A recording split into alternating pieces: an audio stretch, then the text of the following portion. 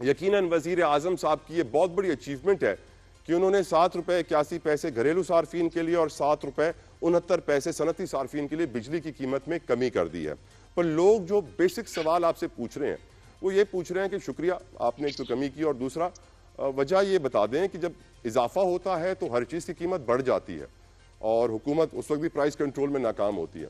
जब बिजली की कीमत में कमी हुई है तो क्या हर चीज की कीमत में कमी वाकई होगी? अगर नहीं होगी तो क्या हुकूमती मैकेनिज्म मशीनरी हरकत में आएगी, प्राइस कंट्रोल मैकेनिज्म हरकत में आएगा? हुजैफा साहब। जी बहुत शुक्रिया जी, मेहरबानी, शुक्रिया आपने हमारी हौसला अफजाई की। मैं सिर्फ आपके नाजरीन की जो है वो आगाही के लिए और रिकॉर्ड की दुरुस्ती के लिए गुजारिश करता चलो कि जून 2024 से अब तक जो है जो हमने तकरीबन ₹4.03 का रिलीफ एक साल के दौरान दिया। तकरीबन ये कीमतें एवरेज ₹12 जो है अल्लाह के फजल करम से एक साल में हम रिलीफ देने में कामयाब हुए हैं। लेकिन अगला सवाल आपका बड़ा जेन्युइन है कि क्या इस रिलीफ का फायदा जो है वो आम आदमी को मिलेगा? अशय खुर्दनोश की कीमतें हों या आपकी बाकी ज़रूरियात ज़िंदगी की जो चीज़ें हैं वो सब बिजली की कीमतों से जुड़ी होती हैं। तो ज़ाहिर है आप देखें हमने मैक्रो इंडिकेटर्स ठीक करने थे, बहुत बड़ा टारगेट था, बड़ा मुश्किल था, नामसाइद हालात थे और उसके बावजूद जो है सफ़र बड़ा तवील था। लेकिन अल्लाह के फजल करम से एक साल के दौरान हमने मैक्रो इंडिकेटर्स ठीक किए। आज हम इस पोजीशन में थे कि बिजली की कीमतें एक मेजर रिलीफ आवाम को शिफ्ट करें और वो आज हमने कर दिया। अब बात यह है कि इसका रिलीफ के लिए अगर आम आदमी को उसका जो है वो रिलीफ ट्रांसफर नहीं होता या कोई मिडिल मैन जो है या कोई माफिया जो है वो कीमतें बढ़ाने के टाइम तो फौरन आ जाता है और कीमतें कम करने के लिए वो इकदाम नहीं करेगा, तो जाहिर है रियासत हरकत में आएगी और हुकूमत डंडा उठाएगी और इसको हम हर हाल में इम्प्लीमेंट करवाएंगे कि ये रिलीफ जो है तमाम शोबे हाय जिंदगी के जो अफराद हैं उनको मिले और जो डिफरेंट सेक्टर्स हैं वो हर सेक्टर जो है इसमें अपना अपना रिलीफ दे।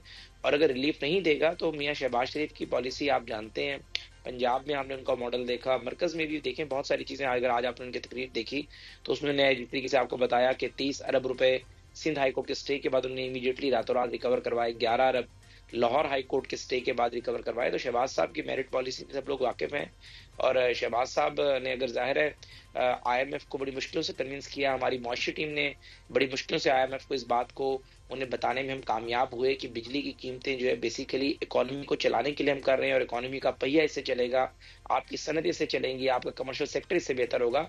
तो जाहिर है अगर बिजली की कीमतों का रिलीफ सिर्फ बिजली के बिलों की हद तक है और बाकी चीजों में उसका रिलीफ नजर नहीं आता तो जाहिर है हमारे पास कोई ऑप्शन नहीं वैसे होगा हुजैफा साहब और हुकूमत मेरी करेगी। मैं मानता हूं आप बिल्कुल सही कह रहे हैं, पर वजीर आजम साहब सारा क्रेडिट अपनी तरफ ले गए हैं। डोंट यू थिंक कि वो जो गौहर एजाज साहब, क्योंकि हम जानते हैं कमी दो वजहों से हुई है। पहली वजह है IPPs के जो एग्रीमेंट्स थे उन पे नजरसानी हुई और वो कैंसिल हुए, नए एग्रीमेंट्स हुए जिसकी वजह से ₹4 यूनिट का फर्क आया। उसके अलावा जो इंटरनेशनल ऑयल रेट्स हैं वो कम हुए हैं जिसकी वजह से फर्क आया फ्यूल एडजस्टमेंट सरचार्ज में, जिसकी वजह से ₹7 और बाकी पैसों की कमी वाकई हुई है। डोंट यू थिंक कि गौहर एजाज साहब वो शख्सियत थे, बिजनेस कम्युनिटी से निगरां वजीर भी रहे थे, जिन्होंने आवाज उठाई थी। जमात इस्लामी ने IPPs के कॉन्ट्रैक्ट के खिलाफ रावलपिंडी में धरना दिया था, फिर हुकूमत ने उन कॉन्ट्रैक्ट्स को रिव्यू करने का फैसला किया और हरकत में आई, वरना उससे पहले तो हरकत नहीं थी। थोड़ा सा क्रेडिट गौहर एजाज और बिजनेस कम्युनिटी को भी दे दें सर, जिन्होंने, और जमात इस्लामी को भी दे दें जिन्होंने IPPs के कॉन्ट्रैक्ट्स के ऊपर आवाज उठाई। सारा क्रेडिट वजीर आजम साहब ले गए सर। जी बहुत शुक्रिया जी, अगर आप ये बात ना कहते और गौहर एजाज साहब ने रोल प्ले ना किया होता, जमात इस्लामी ने ना किया होता, तब भी अगर आप मुझे उन्हें क्रेडिट देने का कहते तो हम तो ज्वाइंट टीम एफर्ट और एक कौमी इत्तेहाद और कौमी यकजहती के कायल हैं, तो हम तब भी उन्हें क्रेडिट दे देते। एक ज़रा एक बड़ी जमात के सरबराह है और गौहर एजाज एक बिजनेसमैन है, कामयाब बिजनेसमैन है। लेकिन IPPs का मामला हमेशा से हमारी तरजीहात में सफ़े अव्वल पे था। 2017 में भी मियां नवाज शरीफ साहब का जब डिस्क्वालिफिकेशन से पहले मियां साहब इसकी मीटिंग्स कर रहे थे कि इसको किस तरीके से रिवाइव किया जाए, उसके बाद भी आने वाली हुकूमतों की तरजीहात में रहा वो हल नहीं कर सकी। जो हमारी PDM हुकूमत थी तब भी हमारी कोशिश थी कि हम इसको जो है ठीक करें। लेकिन बात यह है कि जिस बंदे ने इस पे आवाज उठाई है सब क्रेडिट के मुस्तहिक हैं और हर बंदे का अपना अपना हिस्सा है। हम तो इस सोच के कायल हैं कि अगर एक पत्थर को तोड़ने के लिए 100 दफा उसको जो है वो ठोकर मारी जाए, चोट मारी जाए और वो 100 चोटें आप मारें और 101वीं चोट पे मैं मारूं और वो टूट जाए तो वो आपकी 100 चोटें बेकार नहीं जाती। तो उसमें भी ज़रा उसका एक रोल होता है। जिस बंदे ने जो भी विसल ब्लोअर इसमें रहा, साफ्ती कम्युनिटी विसल ब्लोअर रही, IPPs के इशू को उभारा और हुकूमत के लिए नेगोशिएट करना आसान बनाया, तो हम सबको क्रेडिट देते हैं, थैंक बिल्कुल यू, ऐसा नहीं है कि कोई थैंक हमें यू। क्रेडिट अपने पास रख रहे हैं। ये वजीर आजम साहब भी देते हैं अपनी तकरीर में, तो ज्यादा भी अच्छा लगता पाकिस्तानियों का नहीं, दिल। वज़ीर आज़म और ने सबको दिया है, वज़ीर सबको आज़म दे ने दिया, क्रेडिट अपनी टीम को आर्मी भी चीफ को दिया, भी दिया है, बिल्कुल। कैबिनेट की दिया, आर्मी चीफ को भी दिया, मीडिया को भी दिया। स्पेसिफिकली अगर वहां पर कोई बंदा होता, बात करता, तो वज़ीर आज़म साहब का तो बहुत बड़ा दिल है। मियां साहब को तो मैं अक्सर औकात ये कहता हूँ कि IMF से मुआहदा सारा ये सब कुछ आपने किया, मेरी तो आंखों देखी चीजें हैं कि उस शख्स ने किस तरीके से रातों को जाग जाग कर IMF को किस तरीके से कन्विंस किया, पेरिस पहुंचे।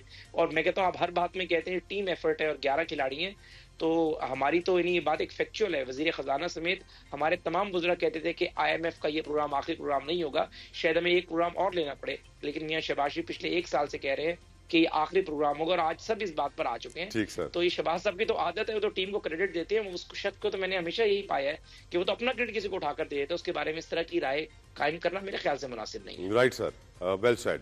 मंदो खेल साहब, आपको बहुत बहुत मुबारक हो, बिजली सस्ती हो गई है। आपकी नजर में अब बाकी चीजें सस्ती कब होंगी, और क्या आप भी समझते हैं कि वजीर आजम को क्रेडिट जाता है? मंदो खेल साहब, देखिए, आपने सही पॉइंट आउट किए कि इसका क्रेडिट सबसे पहले गौरी एजाज साहब को पहुंचता है, और दूसरा क्रेडिट मेरे सियासी मुखालिफ को फैसल वाडा साहब को पहुंचता है, जो इस इशू पे उन्होंने बड़ा आवाज उठाया। बाकी जमा इस्लामी को मैं इस वजह से नहीं मानता हूं, क्यों जमा इस्लामी ने ड्रामाई तौर पे धरना तो दिया है, मगर उसी धरने के दौरान 2 रुपए 40 पैसे हुकूमत ने और बढ़ाई, ये रिकॉर्ड का हिस्सा है।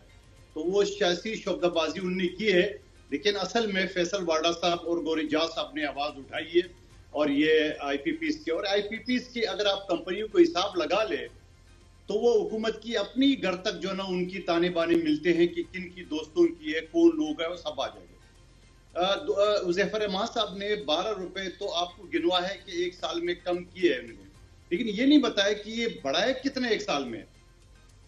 मैं पहले दिन से ये बात करता रहा हूं, मेरे घर पे, मेरे ऑफिस पे सोलर मैंने लगाया।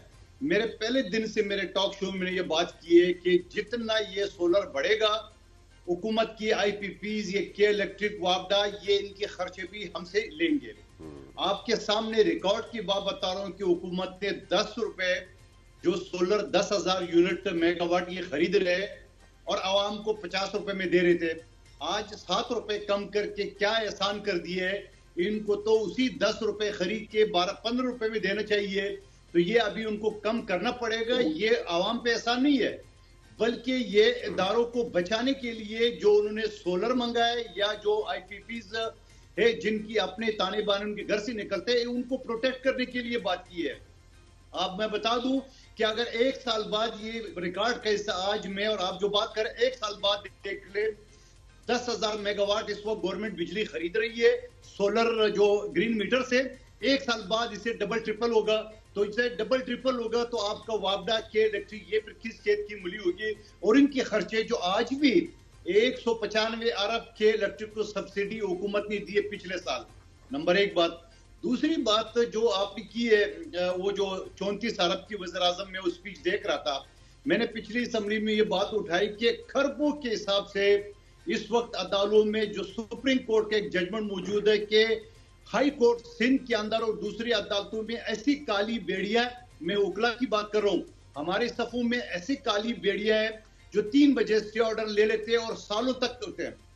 आपको मैं एक चीज बताऊं, एक अस्करी बैंक के खिलाफ मेरे डैमेजेस का सूट 4 साल 4 महीने बाद बारी आई है। आज चूंकि वो सिंध असेंबली कानून पास चुका है, हाई कोर्ट से वो सारे केसेस नीचे है। मैं आज जब मैंने हाई कोर्ट की फाइलें मंगाई मेरे टेबल पे, आप यकीन करेंगे 5-10 साल से कुछ तारीख ही नहीं लगी थी। एक सूट मेरा आकाशिया कंट्री क्लब के खिलाफ 2010 का सूट है, उसकी बारी नहीं आई। तो मैं ये कहना चाह रहा हूं कि जो ये 1-2 केस के हवाले थे, और मैं आपको ये भी दो PTCL के मेरे कमेटी में ये बात आई थी, 200 केसेस इनके मौजूद, इनकी वकला बता रहे थे कोई $8 अरब जो ना हुकूमत पाकिस्तान को वाजिब उल्दा है। PTCL जो कंपनी एतसलात और दुबई की कंपनी ली है, वो अदालतों में केस चल रहे। तो मैं ये करो, ये 34 अरब नहीं है, ये 34 करब है। तो बाकी का भी जिक्र करें। मैंने कहा, ये स्पीकर को मैंने दरख्वास्त की थी कि आप सारे ये केसेस मंगा ले और एक ही जो ना ऑर्डर पे जो ना असेंबली से कानून पास करे, ये स्टे ऑर्डर खत्म कराए या चीफ जस्टिस को इस बात पे कायल करे। सवाल ये है कि खरबों रुपए के हुकूमत की अभी भी टैक्स की मद में कंपनियों के ऊपर, अदारों के ऊपर मौजूद है, क्योंकि वकील बड़े बड़े हैं, करोड़ों रुपए फीस लेते हैं, हुकूमत के सफों में बैठे हुए, एस्टेब्लिशमेंट के सफों में बैठे हुए, ब्यूरोक्रेसी के भाई चाचे मामे बांजे भतीजे हैं, और ये सिफारिश में भर्ती होने जज उनकी चाचे मामे बेटे हैं। तो ये सारी चीजों को हुकूमत में फोकस करना पड़ेगा।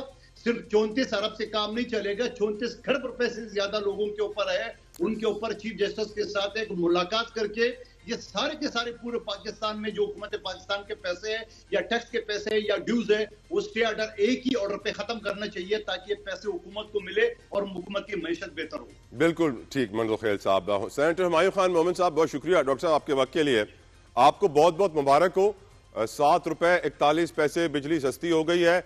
4 रुपए इसलिए सस्ती हुई क्योंकि IPPs के साथ जो मुआहदे कैंसिल हुए हैं, और बाकी पैसे fuel adjustment surcharge, international market में तेल सस्ता हुआ है। कौम को बड़ी खुशखबरी मिल गई है। आप इस अच्छी खबर को कैसे देखते हैं डॉक्टर साहब? बिस्मिल्लाहिर्रहमानिर्रहीम, इय्याका नअबुदु व इय्याका नस्तईन। देखिए जी, मुझे जो असल मजा आ रहा था कि आप सार्कास्टिकली बात कर रहे थे और अगले लोग आपको थैंक यू कह रहे थे कि जी आपने तो बड़ी हमारी पजीराई की है।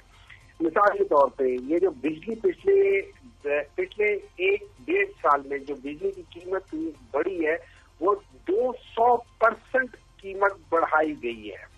अच्छा, उस 200% में से 14% कम कर दिया। आप मुझे बात बताएं क्या कमाल हुआ है? अच्छा, उसके अलावा जैसे अभी आपने दोबारा बात की है, जो डबल कर दिया पेट्रोलियम लेवी को, डबल कर दिया है, क्या कमाल कर दिया है।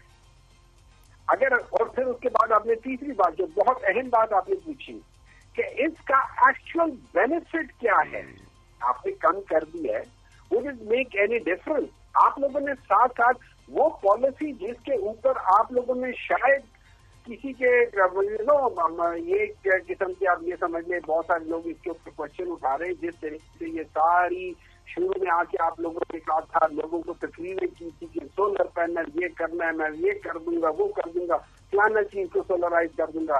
जब सब लोगों को आपने सोलर पैनल का चल करके उसकी पॉलिसी के लिहाज से जब लोगों ने सोलर पैनल लगा दिया, आपने उसके ऊपर 18% आपने उसके ऊपर टैक्स लगा दिया है।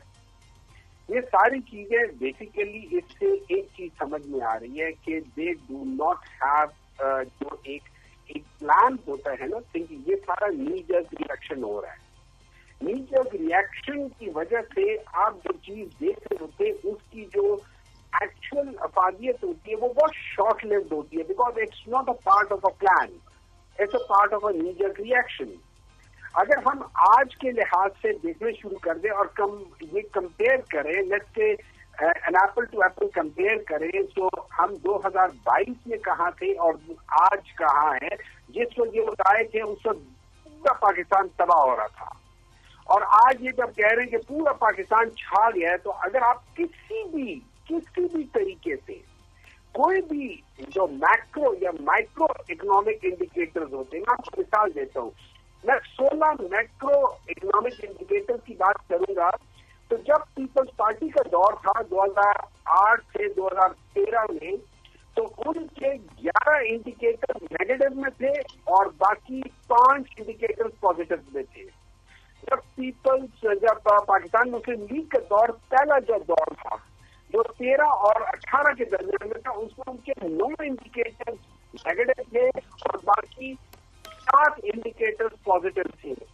पाकिस्तान तहरीक इंसाफ के दौर में 14 इंडिकेटर्स पॉजिटिव थे, सॉरी उसमें 14 इंडिकेटर्स पॉजिटिव थे, और आज के करीब जो है आज 14 इंडिकेटर्स नेगेटिव हैं। बिल्कुल ठीक सर, बात हम क्या कर रहे हैं। बिल्कुल ठीक सर। मुझे हैरत इस बात पे हुई सर कि आज हम जानते हैं कि इंटरनेशनल टैरिफ और ट्रेड वॉर का आगाज कर दिया है डोनाल्ड ट्रंप ने, और पाकिस्तान पे भी बड़ा टैक्स लगा दिया है। बिजनेस कम्युनिटी भी आई पूरी मीडिया के सामने, FPCC आए, सारे चेंबर वाले आ गए। किसी सहाफी में भी ताकत नहीं हुई है सवाल उठाने की कि भाई आपका क्या रद्द अमल है, कोई आपको परेशानी है इस बात से। ना किसी ने सवाल उठाया, ना उन्होंने इस कंसर्न को रेज किया, जबकि पाकिस्तान $5 बिलियन की एक्सपोर्ट्स रखता है अमेरिका, यानी सामान भेजते हैं अमेरिका, और अब उस पर टैक्स लगेगा।